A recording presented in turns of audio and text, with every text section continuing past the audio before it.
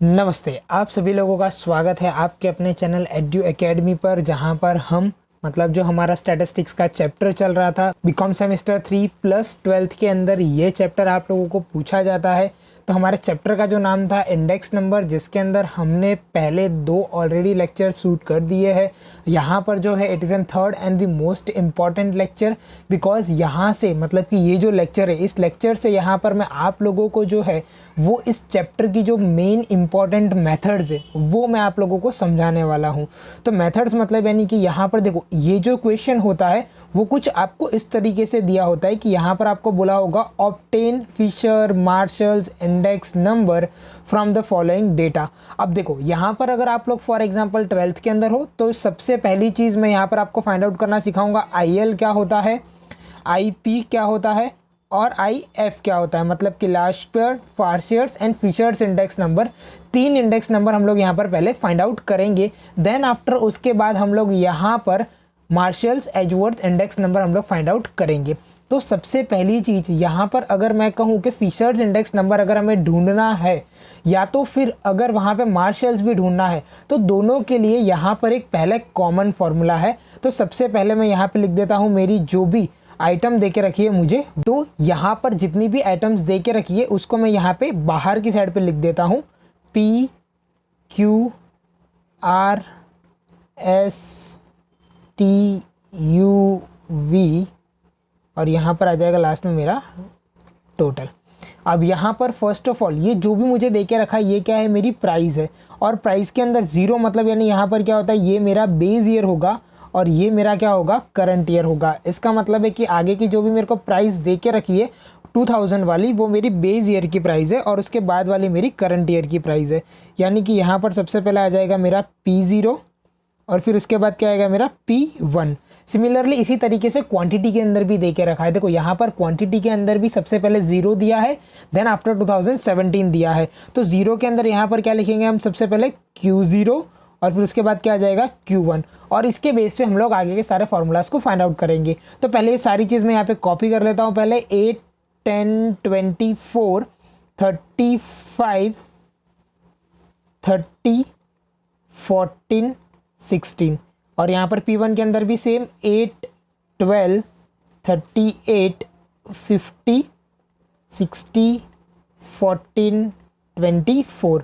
Q0 के अंदर भी यहाँ पे कॉमन 10, 20, 30, 15, 12, 5, 20।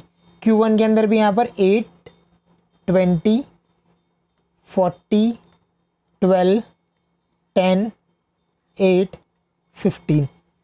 इतनी चीज़ कॉपी करने के बाद यहाँ पे सबसे पहले हम लोग क्या फाइंड आउट करेंगे, P1 Q0, P0 Q0 और फिर इसी के बाद हम लोग यहाँ पे नेक्स्ट क्या फाइंड आउट करेंगे, P1 Q1 P0 Q1। अब देखो यहाँ पर ये मैंने कौन से बेसिस पे फाइंड आउट करने के लिए आप लोगों को कहा है, तो वो चीज़ भी मैं आपको यहाँ पे बता देता हूँ कि ये 4 चीज़ कौन सी है। तो सबसे पहले अगर आप लोगों को याद हो तो IL का फॉर्मूला मैंने आप लोगों को बताया था। IL का फॉर्मूला मतलब क्या होता है हमारा, sigma P1 Q0 divided by sigma P0 Q0 into 100, यानी कि IL को दूसरा भी क्या कहा जाता है, 1000। अब यहाँ पे देख सकते हो 1000। अब यहाँ पर सेकेंड फार्मूला हमारा क्या होगा, IP का फार्मूला होगा। तो IP के फार्मूला के लिए यहाँ पर क्या आ जाएगा, sigma P1 Q1 divided by sigma P0 Q1 into 100, यानी कि IP का फार्मूले का मतलब क्या है यहाँ पे 1101।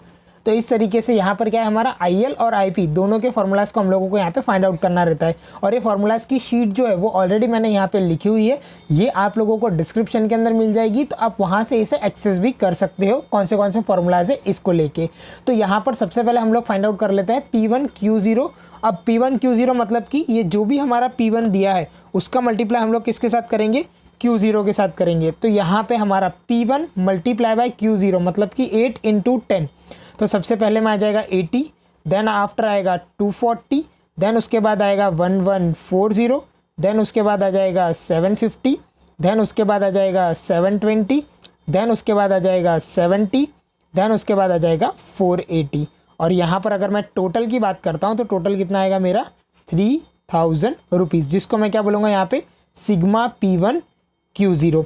अब इसी तरीके से P0 Q0 भी ढूंढेंगे, तो P0 का मल्टीप्लिकेशन Q0 के साथ, इन दोनों का मल्टीप्लिकेशन करेंगे हम लोग यहाँ पे, तो 8 10 सबसे पहले में आ जाएगा 80, देन आफ्टर उसके बाद 200, फिर उसके बाद 720, देन उसके बाद 525, देन उसके बाद 360, देन उसके बाद 70, देन उसके बाद 320, यानी कि इन दोनों का मल्टीप्लिकेशन करके मैं यहाँ पे लिखता जा रहा हूँ।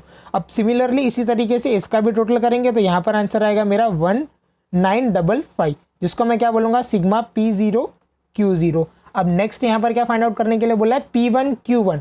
अब देखो P1 का मल्टीप्लाई किसके साथ करेंगे हम लोग, Q1 के साथ करेंगे, मतलब कि इन दोनों का मल्टीप्लाई 8 8 जा 64, 12 इंटू 20, तो यहाँ पर कितना आ जाएगा 240, 1520, फिर उसके बाद आ जाएगा 600, देन उसके बाद वापस से क्या आ जाएगा 600, देन उसके बाद 112, देन उसके बाद 360, यानी कि ये वैल्यूज़ कैसे आ रही है, तो देखो P1 और Q1 का मल्टीप्लाई करके, तो 50 इंटू 12 तो कितना आ जाएगा 600, और 60 इंटू 10 तो यहाँ पर कितना आ जाएगा 600, 14 इंटू 8 तो यहाँ पर कितना आ जाएगा 112, 24 इंटू 15 तो यहाँ पर कितना आ जाएगा 360। तो इस तरीके से इसको भी हम लोग यहाँ पे सबसे पहले टोटल कर देंगे, तो इसका टोटल कितना आएगा 3136, और इसके टोटल को हम लोग क्या नाम देंगे, सिग्मा P1 Q1।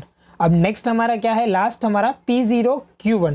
अब P0 Q1 ढूंढने के लिए यहाँ पर हमारा जो P0 है, मतलब कि ये रहा हमारा P0, इसका मल्टीप्लाई Q1 के साथ यहाँ पे, तो देखो अब इन दोनों का मल्टीप्लाई करेंगे, मतलब वापस से यहाँ पर क्या आ जाएगा हमारा 8 8 जा 64, देन उसके बाद 10 इंटू 20 तो यहाँ पर आ जाएगा 200, देन उसके बाद 24 इंटू 14 तो यहाँ पर आ जाएगा 960, देन उसके बाद आ जाएगा 420, देन उसके बाद आ जाएगा 300, देन उसके बाद आ जाएगा 112, एंड देन उसके बाद आ जाएगा 240। अब इसका पूरे का अगर हम लोग यहाँ पे टोटल करेंगे तो आंसर कितना आएगा 2056, जिसको हम लोग क्या बोलते हैं, सिग्मा P0 Q1। तो इस तरीके से यहाँ पर मैंने ये सारी वैल्यूज़ को फाइंड आउट कर दिया है। अब इन वैल्यूज़ पर से ही मैं आगे यहाँ पे क्या करूँगा, सबसे पहले मैं ढूंढूंगा IL मतलब कि लास्ट पेयर का फॉर्मूला। अब देखो लास्ट पेयर का फॉर्मूला के लिए यहाँ पर मुझे क्या बोला है, sigma P1 Q0। Sigma P1 Q0 मतलब कि यहाँ पर कितना है 3000 divided by sigma P0 Q0। अब सिग्मा P0 Q0 कितना है 1955 इंटू 100। तो सबसे पहले इसको डिवाइड करके मल्टीप्लाई बाय 100 करेंगे, तो यहाँ पर आंसर कितना आ जाएगा मेरा 153.45। तो ये मेरा हो गया IL का आंसर।